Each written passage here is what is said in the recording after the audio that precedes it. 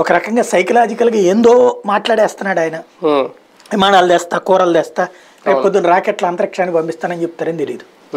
కానీ అంటే ప్రజల్లో నమ్మకం నిలబెట్టుకోవాలనుకుంటున్నారా, లేదంటే ఈ హామీలు నిజంగా ఆయన మానసిక స్థితి సరిగ్గా లేదా, ఎలా చూడాలి? ఒక రకంగా అది ఆలోచించాలి, జనం ఆలోచించాలి. ఎందుకంటే ఆయన మాట్లాడుతున్న మాటలు కొండకి నిచ్చెనలు వేస్తున్నారు, అసలు అర్థం పర్థం లేని చెప్తున్నారు. కానీ అది పెద్ద విజన్ అని చెప్పి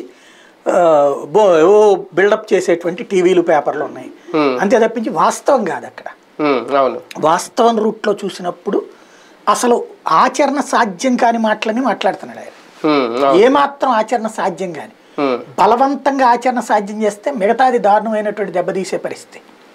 అలాంటి స్టేజిలో మాట్లాడుతున్న మాటలు చూస్తుంటే ఓ రకంగా చెప్పాలంటే వికృతమైనటువంటి హామీలు అనాలి.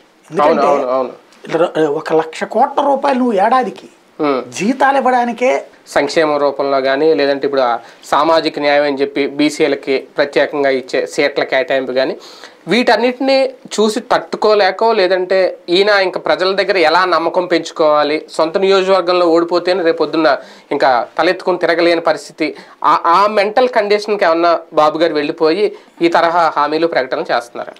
ఎలాగైనా అధికారంలోకి రావడం కోసం హామీలు చెప్తున్నారు అంతే. అంటే నమ్మాలి కదా ప్రజలు, అంత నమ్మశక్యంగా లేవు కదా అవన్నీ. అంటే ఇప్పుడు ఒకటి వాళ్ళ పేపర్లు ఉన్నాయి, సోషల్